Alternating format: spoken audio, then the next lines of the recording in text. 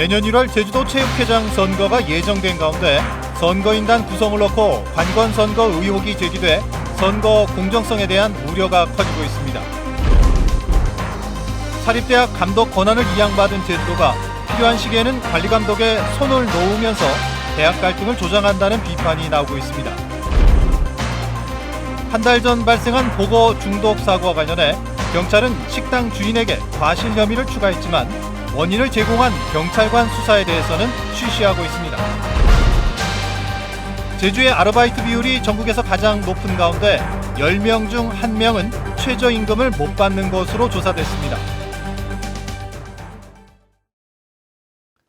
시청자 여러분 안녕하십니까? 뉴스데스크 제주입니다. 정치와 체육을 분리하는 취지로 법이 개정되면서 그동안 도지사가 맡아온 제주도 체육회장을 민간인으로 뽑는 선거가 내년 1월에 실시됩니다. 하지만 선거인단 구성을 놓고 관건선거 의혹이 제기되면서 선거 공정성에 대한 우려가 나오고 있습니다. 김항섭 기자의 보도입니다. 국민체육진흥법이 개정되면서 제주도 체육회는 내년 1월 15일까지 민간인 회장을 뽑아야 합니다. 오는 21일 구성되는 선거관리위원회는 선거인 수 배정을 포함해 선거 업무를 총괄하게 됩니다. 하지만 선관위가 없는 상황에서 제주도 체육회가 자체적으로 만든 선거인단 구성안으로 대한체육회의 승인을 받으려 했다는 폭로가 나왔습니다. 선거를 잘 칠 수 있게끔 모든 행정이 뒷받침돼야지 어느 한쪽을 유력의 선거를 칠 수 있게끔 하는 행위는 용납이 될 수 없다. 제주도 체육회장 선거인단은 48개 종목 단체장과 행정시 체육회장, 대의원 등을 포함해 200명 이상으로 꾸려야 합니다. 하지만 제주도 체육회가 읍면 동작이 포함된 행정시 체육회 대의원의 90%가 투표에 참여하는 선거인단 구성안을 만들면서 관건선거 의혹이 제기되고 있습니다. 도체육회는 선관위에서 선거인단을 결정할 것이라며 이번 선거가 처음인 만큼 단순한 실무적 문의였다고 해명했습니다. 선관위 구성하기 전에 사무처에서 실무자가 지원을 해야 됩니다. 그래서 사전에 공부 겸 대입을 한번 해봤던 거죠. 내년 1월 치러질 제주도 체육회장 선거에는 우평국 상임 부회장과 송승천 씨름협회장의 출마가 유력시되는 가운데 선거가 시작되기 전부터 선거 공정성에 대한 우려가 나오고 있습니다. MBC 뉴스 김항섭입니다. 제주 제2공항 기본계획과 관련해 460여 건의 의견이 접수됐습니다. 제주도는 어제 제2공항과 관련한 주민 의견 접수를 마감한 결과 부동산 취득에 따른 양도소득세 감면이나 소음 대책 마련, 지역 주민 우선 채용 등 모두 460여 건이 접수됐다고 밝혔습니다. 제주도는 제2공항 연계 도로 개설과 공항 운영권 참여, 주민 상생 방안 등의 내부 의견을 추가해 조만간 국토교통부에 의견서를 전달할 계획입니다. 제2공항 강행저지 비상도민회의는 제2공항 기본계획 수립 용역 자료를 분석한 결과 우도면과 구자읍 동부 지역이 심각한 소음 피해를 입을 것으로 예상되는데도 소음 평가에서 누락되거나 축소됐다고 주장했습니다. 또 소음 피해 지역을 줄이기 위해 용역에서 남쪽 방향으로 이착륙 비율을 80%로 설정했지만 실제로는 북쪽 방향 이착륙 비율이 높을 수밖에 없다며 철저한 조사가 필요하다고 밝혔습니다. 제주국제대 학교법인이 4.3을 폭동으로 규정한 대학 교수를 이사로 내정했다는 소식 어제 이 시간에 전해드렸는데요. 사립대학 감독 권한이 있는 제주도가 사실상 직무를 유기하면서 대학 갈등만 조장한다는 비판이 나오고 있습니다. 박주연 기자가 보도합니다. 제주 4.3 사건을 폭동이라고 표현하며 4.3을 폄훼해온 이명희 공주대 교수. 지난 1일 이 교수를 포함한 3명이 제주국제대 학교법인인 동원교육학원에 이사로 내정됐습니다. 이사 8명 가운데 5명이 무더기로 사임 의사를 밝혔기 때문입니다. 이 과정에서 제주특별법상 사립대학 감독권을 가진 제주도는 이해하기 어려운 행태를 보였습니다. 이사들의 무더기 사임 사실을 제주도는 2달 전에 알았지만 신임이사 선임을 학교법인에 일임해버렸습니다. 대학 운영 능력이나 자질과 상관없이 이사 선임은 이사회가 판단하는 문제라는 게 이유입니다.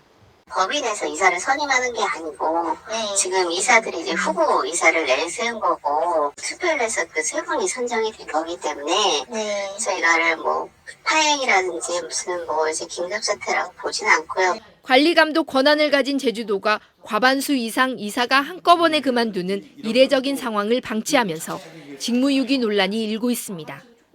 특히 국제대의 경우 이사장 교비 횡령으로 경영 부실이 계속되는 데다 옛 탐나대 부지 매입에 도민 세금 415억 원이 들어가 도민의 대학이라는 공공성을 확보하고 있습니다. 대학 자체적으로 자율적으로 해결하기만을 기다리기에는 우리 국제대의 상황이 그렇게 녹록지가 않거든요. 도가 개입했어야죠. 저는 뭐 이번은 그런 부분에서는 조금 좀 잘못됐다고 생각합니다. 사립대학교 관리감독 권한을 제주도가 이양받은 지 10여 년. 하지만 제주도는 교육부에 비해 전문성이 부족한 데다 사립대학교의 전반적인 운영을 관리감독할 조례도 허술해 제도적 개선이 시급해 보입니다. MBC 뉴스 박주연입니다.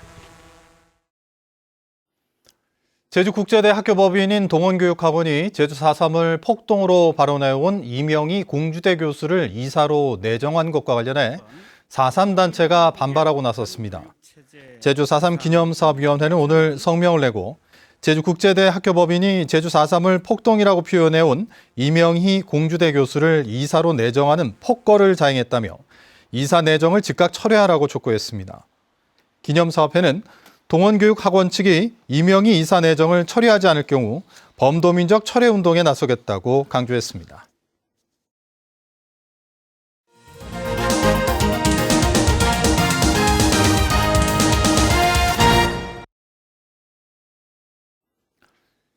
뉴스 보도 후 후속 조치를 점검하는 뉴스 후 순서입니다.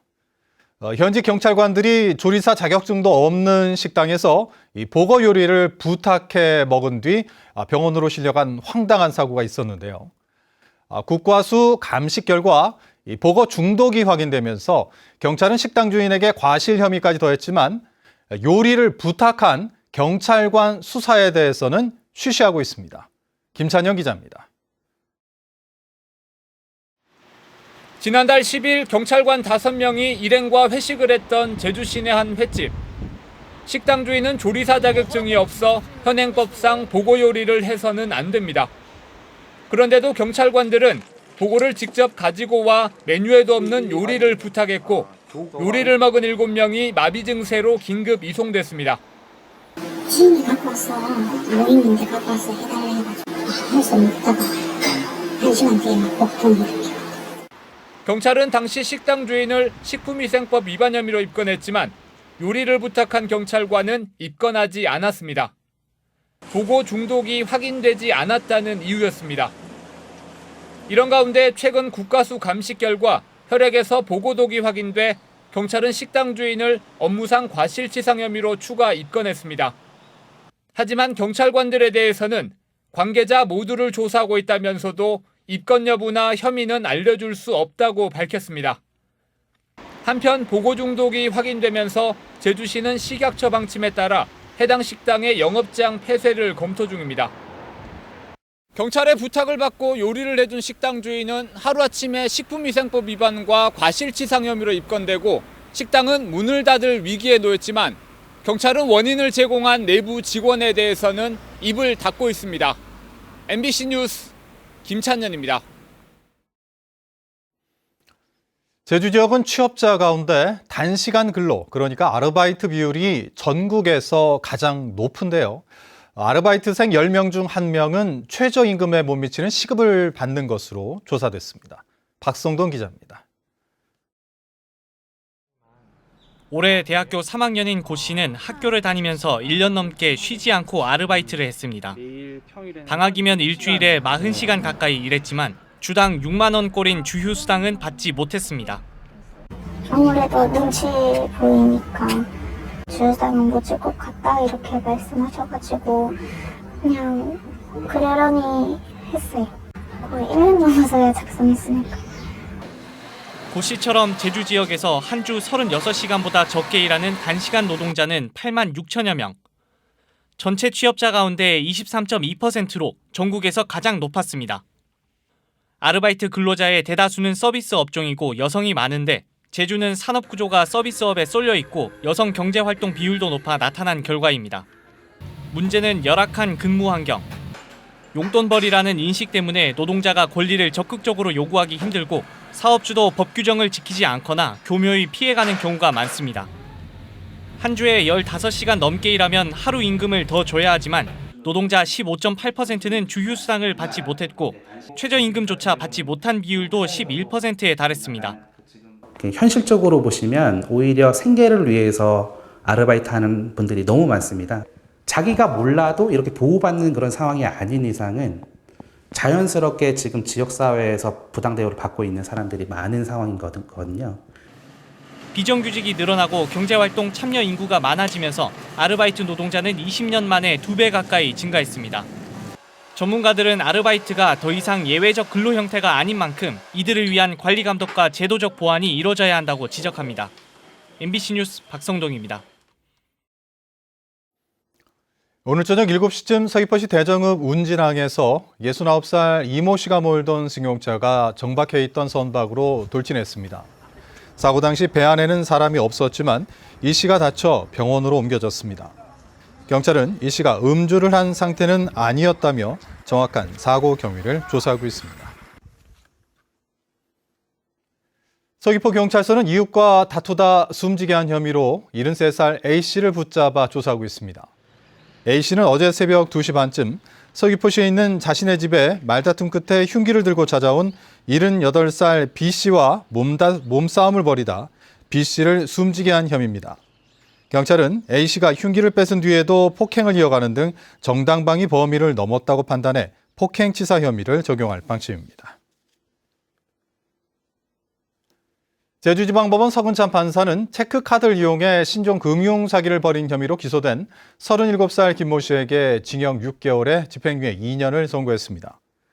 김 씨는 지난해 1월 투자 사이트 운영자와 함께 체크카드로 해외 결제와 취소를 하면 은행에서 취소 대금을 먼저 지급한다는 점을 악용해 4,600만 원의 환급금을 챙긴 혐의로 재판에 넘겨졌습니다. 제주도교육청은 도내 10개 사립학교 법인에 대한 인사와 재무 등의 경영평가 결과 삼성여고를 운영하는 삼성학원이 1위, 신성학원이 2위를 차지해 보상금을 지급했다고 밝혔습니다. 사학기관의 공공성을 확보하기 위한 경영평가는 올해 도입됐고 2년마다 실시됩니다. 양식광어 공급이 늘어나면서 생선회 값이 큰 폭으로 내렸습니다. 통계청이 발표한 소비자 물가 동향 조사에 따르면 지난달 생선회 가격은 지난해 같은 달보다 2% 내려 2006년 2월 이후 13년 8개월 만에 하락폭이 가장 컸습니다. 생선회 값은 8개월 내렸는데 양식광어의 공급 과잉이 원인으로 꼽히고 있습니다. 한편 제주도는 광어 200톤을 수매해 폐기하고 198톤을 군납하는 등 소비 확대를 추진하고 있습니다. 제주도는 저소득층 7,600여 명에게 겨울철 난방에너지 구입을 위한 에너지 바우처 지원을 시작했습니다. 지원 대상은 생계급여 또는 의료급여 수급자로서 가구원 가운데 만 65세 이상 노인과 만 6세 미만의 영유아, 장애인, 임산부가 포함된 가구입니다. 지원 금액은 1인 가구는 8만 6천 원, 3인 가구는 14만 5천 원 등으로 가구원 수에 따라 차등 지급됩니다. 초소형 전기차 서비스 실증 사업이 제주에서 이루어집니다. 제주도는 산업통상자원부의 지원을 받아 오는 2025년까지 7년 동안 첨단과학 기술단지에서 초소형 전기차 서비스 실증 사업을 벌입니다. 이를 위해 충전시설을 집중 설치하고 올해 12대를 시작으로 초소형 전기차 50대를 배치해 입주기업들이 이용하도록 하고 관련 산업을 육성할 계획입니다.